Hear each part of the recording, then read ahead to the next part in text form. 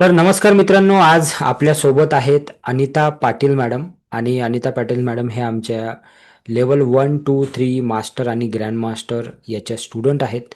आणि त्या आता सोबत आमच्यासोबत ट्रेन द ट्रेनर हा कोर्स सुद्धा करणार आहेत. मागील जून महिन्यामध्ये म्हणजे जून 2025 मध्ये अनिता मॅडमची आणि आमची ओळख झाली.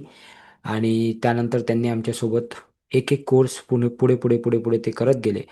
आज स्पेशली मी त्यांना इन्व्हाइट केलेलं आहे या इंटरव्ह्यूमध्ये. आणि मी त्यांना काही प्रश्न विचारणार आहे. कसा त्यांचा अनुभव होता ते विचारणार आहे. तर सर्वप्रथम आपण अनिता मॅडमचे स्वागत करू. Anita madam, welcome. Thank you so much for coming नमस्कार. टुडे. नमस्कार. Thank you so much for this interview.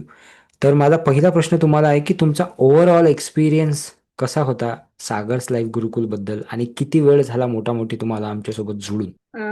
मला सरांशी जोडून एक महिने झाले.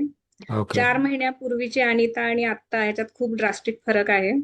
4 महिन्यापूर्वी जर तुम्ही मला विचारलं असतं तर मी एक फ्रस्ट्रेटेड पत्नी म्हणू शकतो, एक एमलेस वाईफ म्हणू शकतो, किंवा असं घरात कुठल्याही गोष्टीत रुची न घेतलेली. आणि आत्ताची जर बघितलं तर मला माझ्या आयुष्यात ध्येय सापडलेली आहेत. Very good. शिवाय सरांच्याशी जुळून माझे एक हॅपी फॅमिलीचं जे स्वप्न होतं ते मी हम्म. पूर्ण झालेलं आज मी अनुभवत आहे. हॅपी फॅमिली म्हणजे फक्त मी, माझा नवरा आणि माझा मुलगा असं नाही, तर माझे सासू सासरेही त्यात आहेत. आणि आजचा ह्या वेळचा गणपती जो आहे तो आता लग्न होऊन माझी 22 वर्ष झालेली आहेत, त्यातला द बेस्ट गणपती फेस्टिवल म्हणायला काही हरकत नाही. व्हेरी तर नाईस. खूपच छान अनुभव आहे मला यासाठी. आणि रेकी जॉईन केल्यापासून माझ्या आयुष्यात पॉझिटिव्हिटी, परत पॉझिटिव्हिटी तर आहेच, पण आनंदानं लाईफ जगणं किंवा ह्या ज्या गोष्टी विसरून गेले होते मी टोटली, त्या हम्म. सगळ्या नव्यानं चालू झालेल्या आहेत. आणि लोकांच्यासाठी, मला स्वतःसाठीच नाही तर आता लोकांच्यासाठी तरी सुद्धा काहीतरी करावं ह्याची उमेद आता हे झाली. आणि ह्यासाठी सरांचे खूपच धन्यवाद आहेत की त्यांनी माझ्या आयुष्याला एक नवीन दिशा दिलेली आहे. आणि त्यांनी थँक्यू. माझ्यात जी सुप्त शक्ती म्हणतो होती ती जागृत केलेली आहे, की तुम्ही तुमच्यासाठी नाही तर समाजासाठी पण तुमचा उपयोग आहे, तर तुम्ही त्यात कार्यरत व्हा, असं ह्यासाठी. आणि thank you so much sir for that. Thank you. Thank you. Thank you. मला आणखी एक विचारायचं आहे तुम्हाला की अ, जसं रेकी शिकल्याने आणि ह्या सर्व गोष्टी केल्याने फारसा फारसा बदल तुम्हाला जाणवतोय. पण जे तुम्ही एक गोष्ट मेन्शन केली की आता तुम्हाला असंही वाटते की मी लोकांसाठी सुद्धा काहीतरी केलं पाहिजे. ओके. सो आजच्या 6 महिन्या आधी जर का तुम्ही मागच्या बॅक लाईफमध्ये जर का गेले आणि जर का तेव्हाच्या आणि त्याला शोधलं तुम्ही, तर तेव्हा तिला असं वाटायचं का की लोकांसाठी काही केलं पाहिजे, की ती स्वतःच्याच याच्यात फार गुंतलेली होती? काय होती तेव्हाची सिच्युएशन? 4 महिन्यापूर्वीची जर सर गोष्ट घ्यायची म्हटलं तर मला एक पत्नी म्हणून सुद्धा, जे एक पत्नीचे कर्तव्य असतात हम्म. नवऱ्याप्रती, फॅमिली तर नाहीच, फक्त नवऱ्याप्रती, तर ती सुद्धा करायला नको वाटायचं. म्हणजे नवऱ्याशी मी कित्येकदा असं झालं की मी 4-4 दिवस सरळ बोललेली पण नाहीये. म्हणजे इव्हन त्याला जेवणासाठी विचारलं नाही, चहा विचारलेला नाही. आणि म्हणजे पर्पजफुली होत नव्हतं, म्हणजे नाही, म्हणजे इंटरेस्टच नाही त्या लाईफ मध्ये, रिलेशनशिप मध्ये इंटरेस्ट नाही.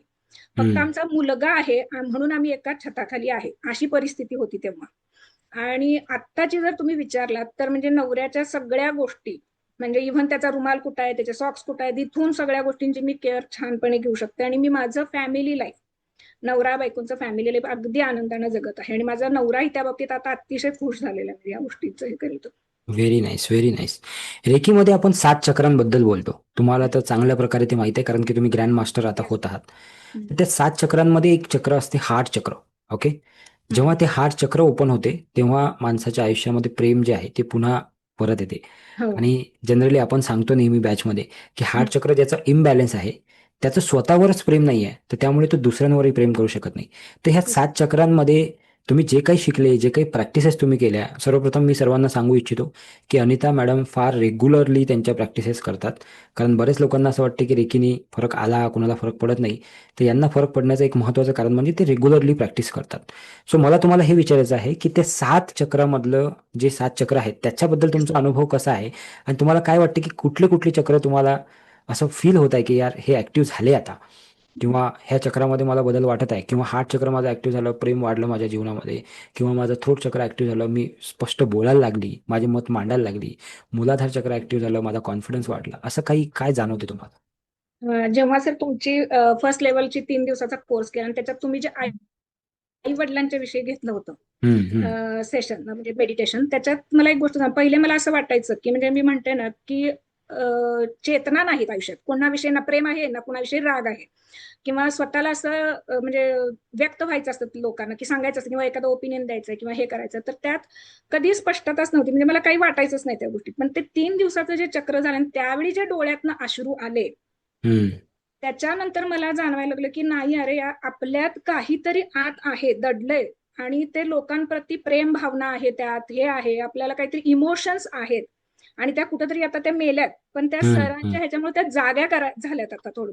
मग ओके. त्याच्यानंतर मला असं जाणवायला लागलं की तुम्ही जसं बोललात की हार्ट चक्र पहिले, मग माझ्या लक्षात यायला लागलं की माझ्यात इमोशन्सच संपल्यात, त्यामुळे मला जगण्यात रस नाहीये. हम्म, हम्म, मग इमोशनवर काम करायला पाहिजे. मग तुम्ही जेव्हा सांगितलं की हार्ट चक्र ओपन करण्यासाठी ग्रीन कलरचे कपडे वापरा, ग्रीन कलरच्या पालेभाज्या खा, हे करा, ग्रीन कलरशी रिलेटेड गोष्टी करा, ते मी चालू केलं. आणि त्याच्यानंतर मला खूपच बदल जाणवायला लागला. म्हणजे मला असं लोकांच्या विषयी सांगितलं गोष्टी तर वाईट वाटायला लागलं, म्हणजे डोक्याला क्लिअरिटी आली की नाही, ह्या हम्म. गोष्टींना आनंद व्हायला पाहिजे, ह्या गोष्टींना वाईट वाटायला पाहिजे. तर हार्ट चक्र ओपन करायला ते मला मदत झाली. हार्ट चक्र ओपन झाल्यावरच जास्त गोष्टी क्लिअर झाल्या. म्हणजे माझ्या नवऱ्याविषयी पण प्रेम भावना म्हणा, माझ्या मुलाविषयी, सगळ्यात महत्वाचं म्हणजे माझ्या सासू सासऱ्यांच्या विषयी हम्म. ह्या गोष्टी क्लिअर झाल्यामुळे ना मला खूपच बरं वाटायला लागलं. अरे नाही, आपण कुठं मिसिंग होतो आयुष्यात, ह्याचं उत्तर मला त्या दिवशी बरोबर सापडलं होतं.